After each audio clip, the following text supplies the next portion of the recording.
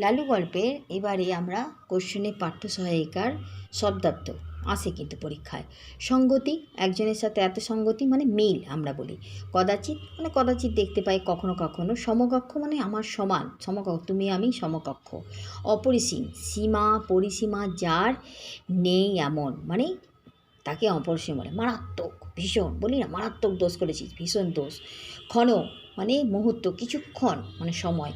অচেতন মানে চেতনাহীন, যার চেতনা থাকে না। পণ্ড মানে নষ্ট, আমার কাজটা পণ্ড করে দিলি। ব্যাঘাত মানে বাধা। উৎসর্গিত, দেবতার কাছে নিবেদিত। আত্মকণ্ঠ, কাতস্বর। উদ্ধতিত, উদ্ধতিত মানে উপরে ওঠানো, উপরে ওঠানো করা, উপর দিকে উঠানো করা। মুদ্রিত মানে চোখ বোঝা। অন্তিম মানে শেষ। উদ্মাদ, পাগল বলি না, উদ্মাদের মতো নাচছে, পাগল। জপ, ঠাকুরের নাম মনে মনে যে উচ্চারণ করা। মুদ্রিত মানে চোখ বোঝা। অকস্মাৎ মানে হঠাৎ। অন্তিম মানে শেষ। নরবলি মানে মানুষ বলি।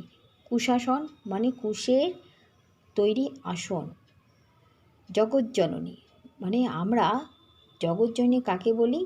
দুর্গাকে বলা হয়। পুনশ্চ বলি না, আবার আরম্ভ করব। পুনশ্চ, ক্রোধ, আমার ক্রোধ থেকে তুই নিস্তার পাবি না কিন্তু, রাগ।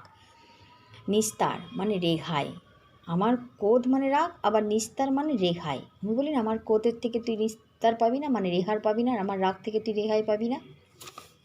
এবার লেখকের যদি পরিচয় বলি, শরৎচন্দ্র চট্টোপাধ্যায়, 1876 খ্রিস্টাব্দে 15ই সেপ্টেম্বর হুগলি জেলায়। হুগলি জেলায় কোথায়? দেবানন্দপুর। হ্যাঁ, দেবানন্দপুর গ্রামে জন্মগ্রহণ করে। তার ছোটোবেলা কাটে কোথায়? না ভাগলপুরে মামার বাড়িতে। কোথায়? না ভাগলপুরে মামার বাড়িতে। তার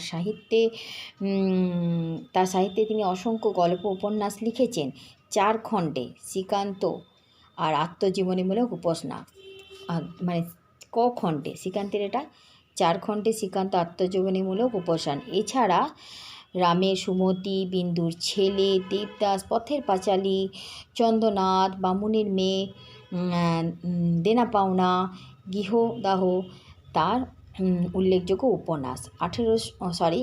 1938 খ্রিস্টাব্দে তার জীবনাবসান হয়। এখানে বলতে পারে তার উপন্যাসগুলোর নাম। এখানে তোমরা যেটা মনে করতে পারো, পথের দাবি দিতে পারো, দেনা পাওনা দিতে পারো, এগুলো দুটো দিতে পারো।